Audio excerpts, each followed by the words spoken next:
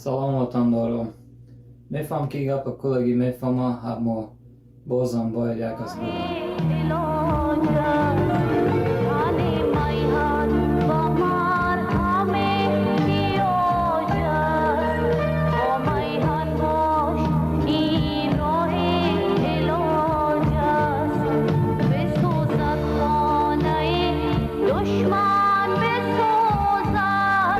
Assalamu alaikum, brothers and sisters.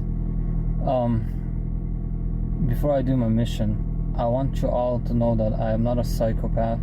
I do not believe in bloodshed. I am not one of these monsters that hurt children, that hurt innocents, and that promote wars or the civilization of our society. I'm just tired of seeing the tyranny and corruption taking over our society and our lives. Assalamu alaikum, brothers and sisters. Inshallah, I'll succeed with my mission. If I don't succeed, I know somebody else will succeed for me.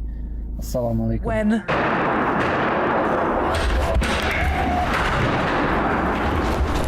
close the doors. Close the doors. Close it. Please. Shooting, everyone in the Adam Sos here for Rebel News with an update on the developments surrounding the story that erupted when on January 23rd, 2024, a lone gunman entered Edmonton City Hall and began firing, throwing allegedly Molotov cocktails, starting off fires. All of that shook Edmonton and in fact the country to its very core. Now, fortunately, no one was injured as that incident unfolded, thanks to the sort of courageous action of a brave commissioner who, despite being disarmed, apparently restrained this individual. The individual has now been identified despite some ambiguity, and police originally simply stating all they could release was that the individual acted alone. We now know that the individual, who is facing 7 charges, including charges relating to arson and firearms, is 28-year-old Bazani Sarvar. We are led to believe that he'll be facing a bail hearing in the next couple of days here, and we'll be sure to provide you updates of that as it unfolds. Now, prior to this individual being named, when we were just dealing with very cursory reports, Rebel News obtained a video alleging to show this individual, again, this has not been confirmed, but alleging to show this individual on a 4-minute speech, tirade, whatever you want to call it, effectively outlining the parameters, the motivations, and the reasons behind what he calls his mission. Now, the individual in the video is also wearing a security commissionaire's jacket, which reports indicate that the attacker was wearing that jacket, and he does very much seem to resemble the individual who is now named as Bazani Sarvar in all of the reports that we've seen. So again, this is not confirmed presently, but it does seem, by all indications that we've been able to discover, that this may very well be the individual who conducted this terror attack. If you have not had the opportunity to watch the full video, we actually want to provide that to you now. It is about 4 minutes. If you already have seen it, feel free to skip right ahead about 4 minutes, but we want to ensure that we're providing you with the sort of full story.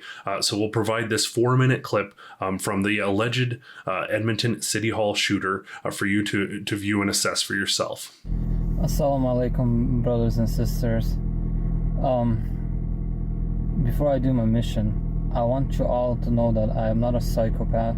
I do not believe in bloodshed. I am not one of these monsters that hurt children, that hurt innocents, and that promote wars or the civilization of our society. I'm just tired of seeing the tyranny and corruption taking over our society and our lives. Good, honest, and God-fearing men and women must be our doctors, law enforcement, diplomats, politicians, and teachers that rise up against this wokeism disease that's leading our generation into deception. We need good men and women in all workforces to promote a pro-human life.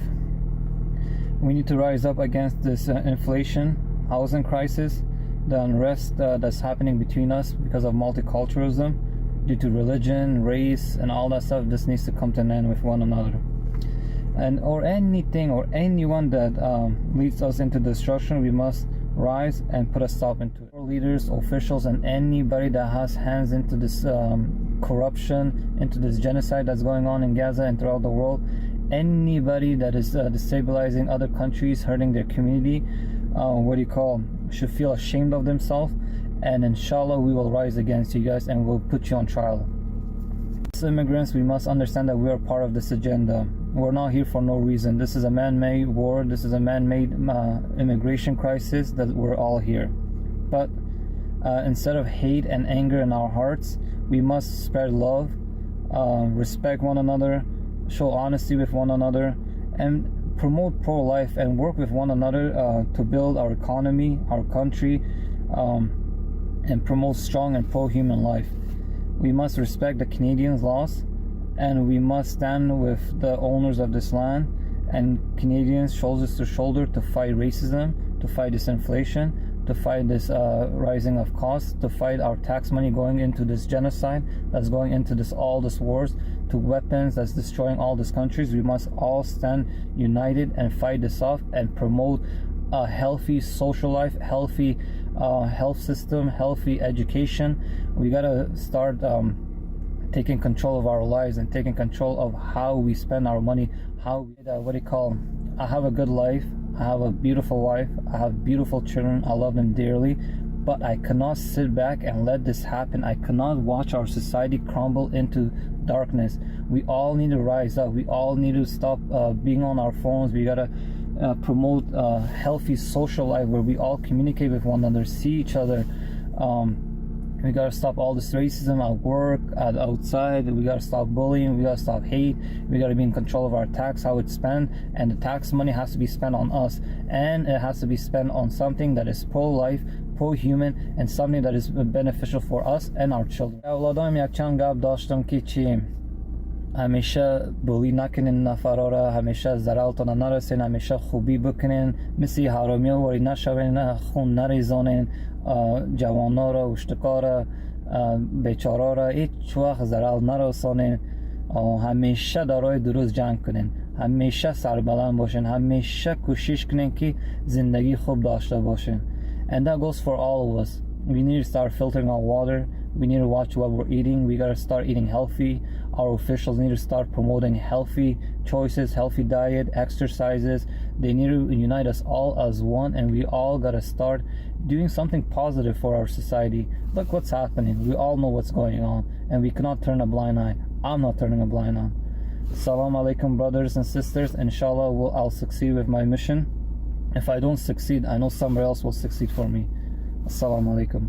Well, it seems abundantly clear if the individual in that video is indeed Bazani Sarvar, that this incident was a terror attack. Violence was used to progress a political agenda and to push those perspectives on others. What it is a bit unclear, because so many of those messages in that video are so confounding. One moment talking about peace, the next moment talking about carrying out this mission, is what exactly motivated this and what exactly the intended outcome was.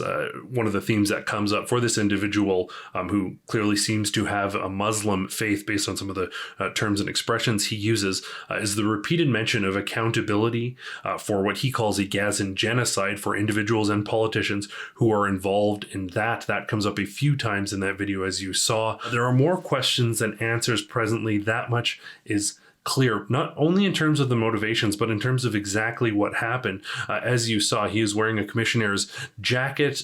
We don't know if he was working security or if he simply acquired that jacket as part of an effort to gain access to the facility. How an individual with at least one firearm and Molotov cocktails successfully gained access to Edmonton City Hall and managed to fire shots and start fires. That's another question. The fact that he was stopped by someone unarmed, another commissionaire, effectively a security officer at the facility, with no incident coming down and no one being seriously injured. There are questions there as well. The court proceedings, including, we believe, bail hearings this week, are set to proceed. And as information becomes available, whether there is more content out there, more videos of him sort of espousing and laying out his values and why he did this horrific and horrifying act, that much needs to be sort of fleshed out over the coming weeks, months, and clearly will be revealed as court proceedings unfold. But we'll provide you those updates as well. Stay tuned, as always, at rebelnews.com for all the updates. We're the only ones to bring you